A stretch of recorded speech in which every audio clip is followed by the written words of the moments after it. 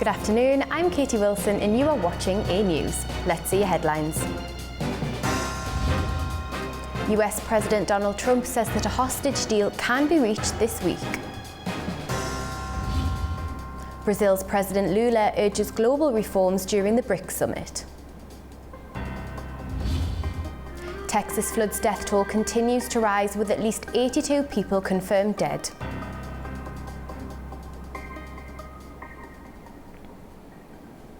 President Trump says there is a likelihood of a Gaza ceasefire and a hostage release deal between Israel and Hamas by the end of the week. This comes as the president is set to host Israeli Prime Minister Benjamin Netanyahu at the White House later today.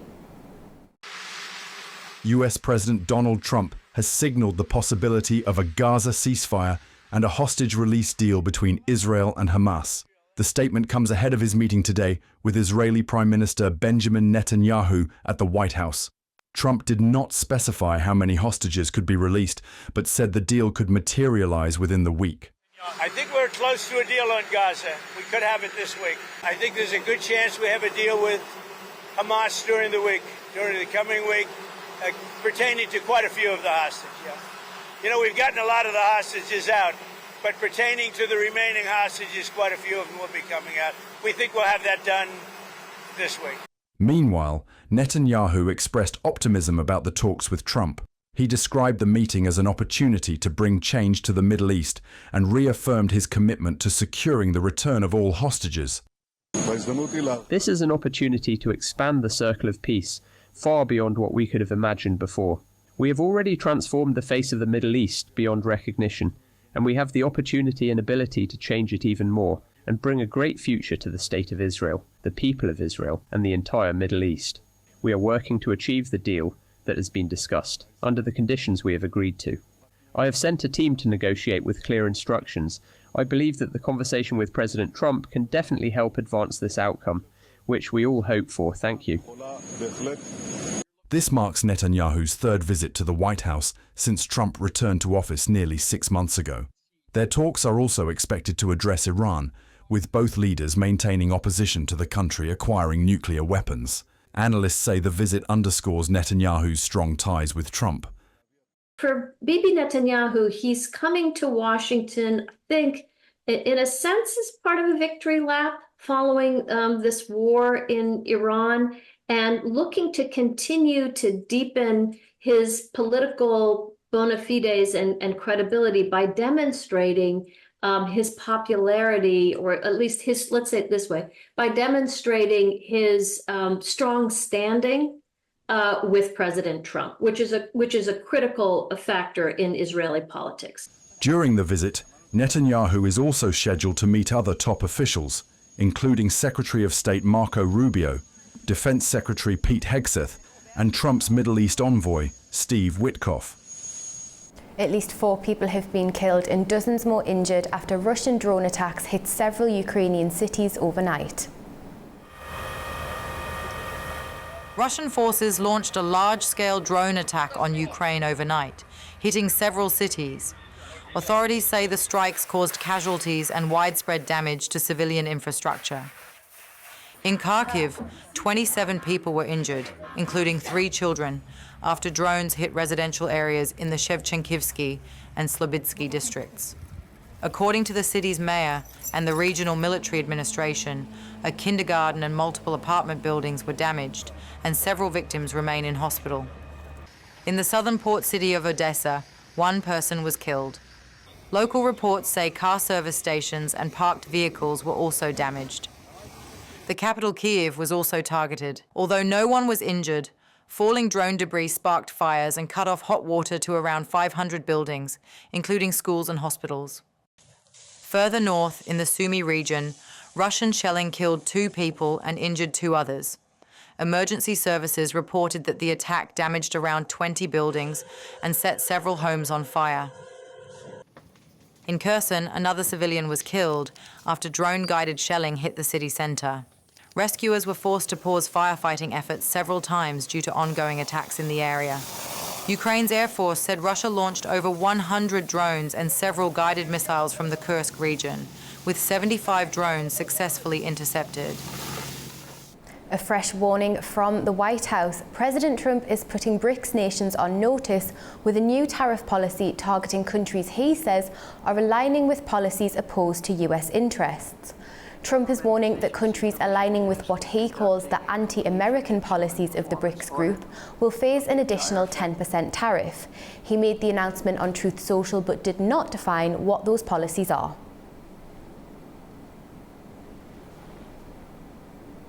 Well, in response, China says it strongly objects the use of US tariffs as a means of coercion. The Chinese Foreign Ministry spokesperson says that such measures benefit no one, urging cooperation over confrontation. The Foreign Ministry spokesperson also highlighted that economic protectionism leads nowhere.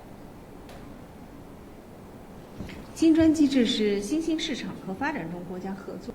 Brazilian President Luiz Inácio Lula da Silva has called on BRICS leaders to lead global reforms. The president's remarks came during the summit in Rio de Janeiro. Brazilian President Luiz Inácio Lula da Silva has urged BRICS leaders to take the lead on global reforms during the summit in Rio de Janeiro. Speaking at a session titled Strengthening Multilateralism, Economic Financial Affairs and Artificial Intelligence, Lula said, "The international landscape has worsened, undermining the decisions made during last year's G20 summit." He called on BRICS leaders to build on their past contributions and push for structural change. It is the same location that hosted the G20 summit last year. Much of the success achieved was due to the constructive participation of the BRICS. To reflect our economic weight, the BRICS members' voting power at the IMF should amount to at least 25%, not the 18% we currently hold. Where the post-war arrangements continue to fall short, the new development bank offers a lesson in governance. The expansion of BRICS has created new opportunities for diplomatic coordination. More than 30 countries have expressed interest in joining the group, either as full members or partners.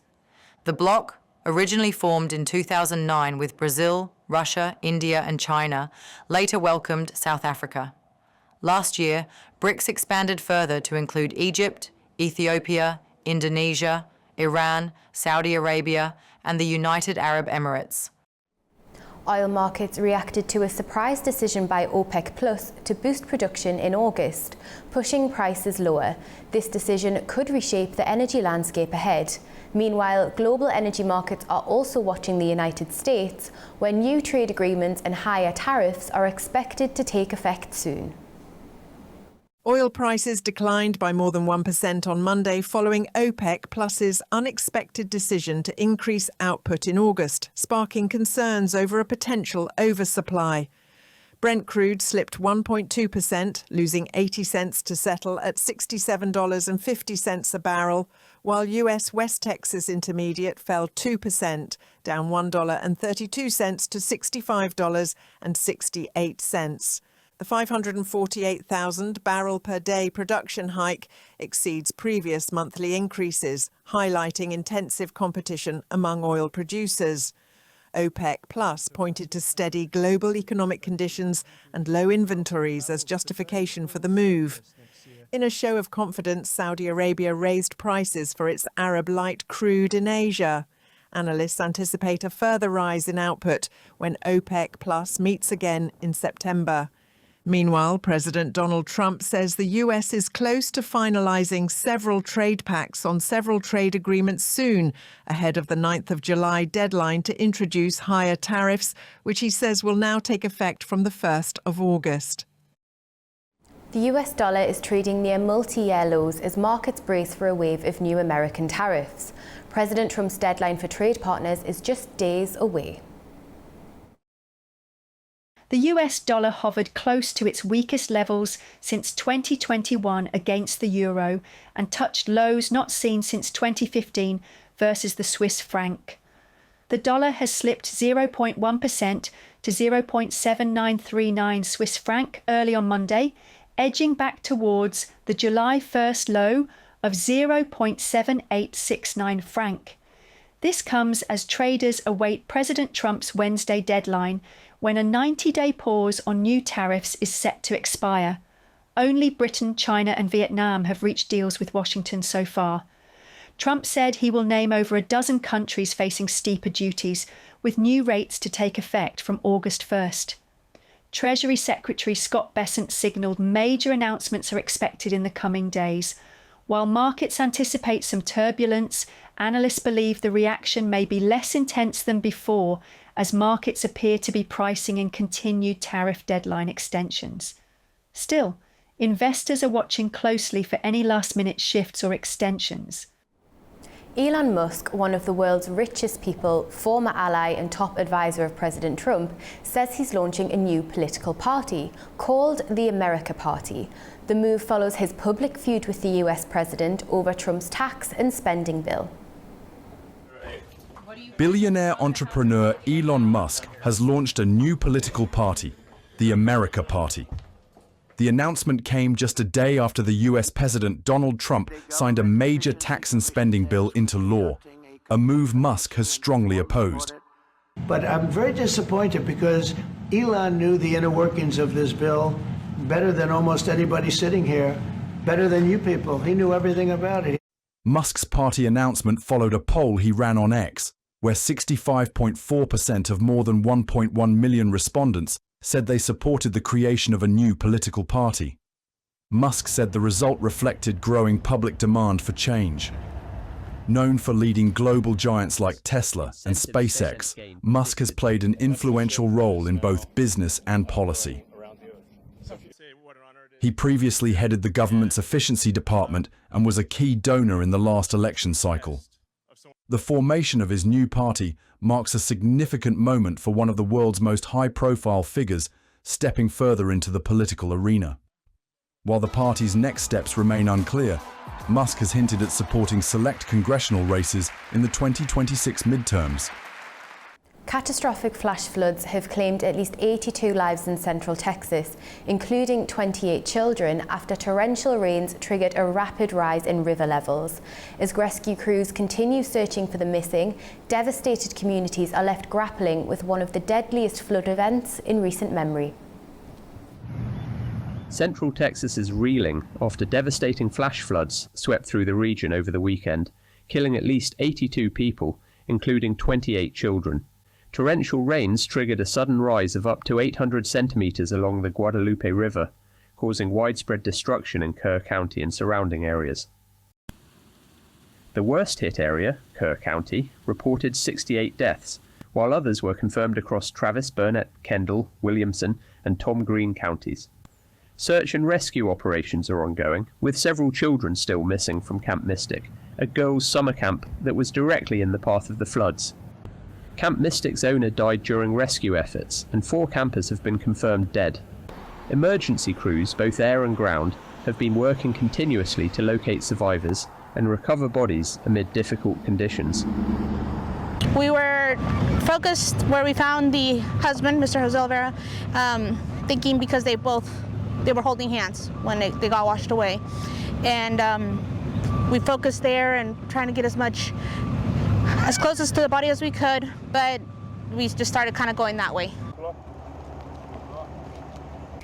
The father was found yesterday. The team found 2 kids too, downstream, and so we're just scouting the area, both sides of the riverbed. Found an article of clothing from the mother, and we were tracking and tracing opposite sides of the riverbed.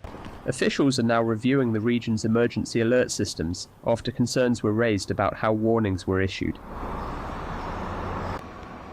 Although the National Weather Service had flagged the flooding risk early Friday, it remains unclear how widely those alerts were received. Rain continues to fall in the already flooded region, prompting further flood warnings as rivers and creeks begin to rise again. A major disaster declaration has been signed for Kerr County, allowing for the release of federal aid and resources to support ongoing rescue and recovery operations.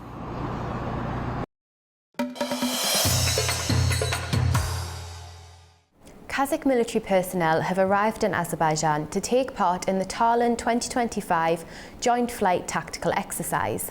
They were welcomed by an Azerbaijani Air Force unit. According to Azerbaijan's Ministry of Defence, the 3-day drills will start on the 8th of July and will focus on unmanned aerial systems and operational coordination. The aim is to boost UAV-related skills and foster experience sharing between the two countries' air forces. Azerbaijan says peace with Armenia is within reach, but must be achieved through direct dialogue without foreign mediation. In an interview with Mundo International, presidential representative Elchin Amirbayov stressed that both sides have already agreed on a final draft of the treaty based on 5 core principles. However, a constitutional clause in Armenia claiming Karabakh remains a key legal hurdle. Amirbayov emphasized the need for bold decisions and called for the dismantling of outdated formats like the OSCE Minsk Group, stating the peace process should now be fully led by Baku and Yerevan. According to Ukrainian intelligence, Russia is reinforcing its military base in Armenia, a move seen as part of Moscow's broader strategy in the South Caucasus. To discuss this further, we are joined by Alexei Goncharenko, Member of Parliament in Ukraine. Thank you for being with us. Now, Mr. Goncharenko, what more do we know about these reports that Russia is building up its military presence in Armenia? Well, Russia is losing its positions in South Caucasus region, and that's why they are looking for other possibilities to increase pressure on both countries, on Armenia and Azerbaijan, also to threat by military force Azerbaijan, because we hear how their propaganda recently, after absolutely lawful and right comments from Azeri government on the situation with the Azeri people and citizens in Russia, they started to speak about some even war against Azerbaijan. And on this background, they're trying to build up their military presence on the existing base in Armenia. This base is dangerous for both Armenia and Azerbaijan, and it would be better if it would not exist there. Do we have a sense of whether these reports are verified or what Moscow could be planning? I can't explain here because I'm not a press secretary of Ukrainian intelligence, but it's absolutely obvious move from Russia, taking into account that they want to continue their colonial politics towards Azerbaijan and Armenia and in general, and Georgia and in general South Caucasus region. They don't have forces for this because they are so much involved and they are so exhausted with the war against Ukraine. But they're looking for possibilities to pressure the Caucasian countries. They use for these diasporas, Georgians, Armenians, Azeris who live in Russia. They use for these all possible tools. The most important aim for them now is Azerbaijan, because Azerbaijan is showing very independent policy and is showing that it doesn't want anymore to move in the way, Russian colonial way, that it is independent state, absolutely equal to Russia. This is absolutely right attitude, but definitely Russia hates it.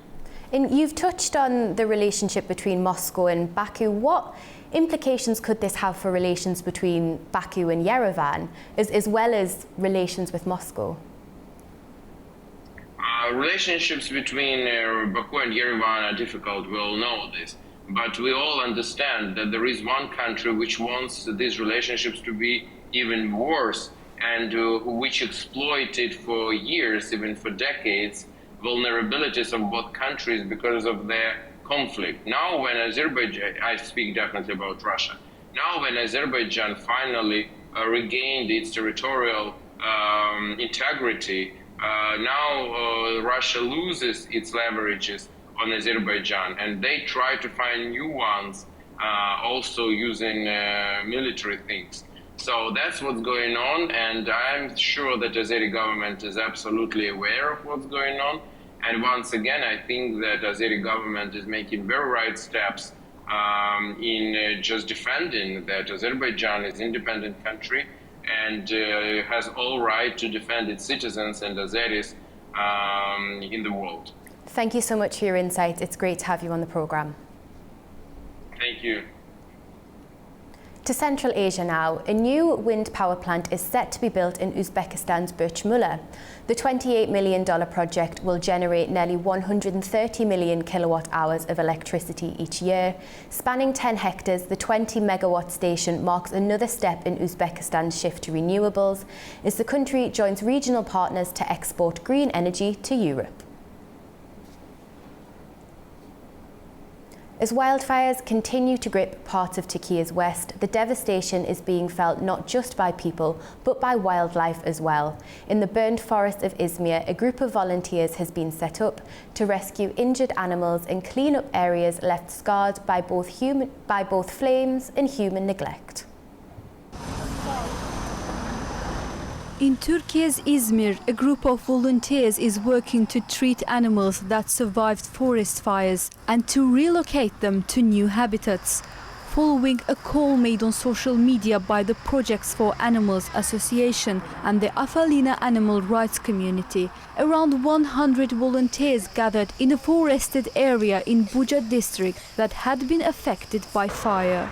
The injured animals received treatment from a veterinarian in the group, while the healthy ones were placed in temporary cages and taken under protection to be transferred to suitable habitats.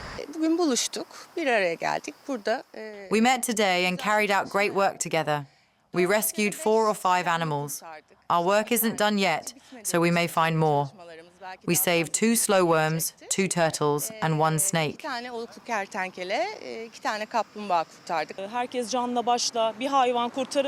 Everyone fought with all their heart to save even one animal. We saw a lizard up on the hill, and even for that we chased after it with all our strength. We were all drenched in sweat just to get it out of that darkness.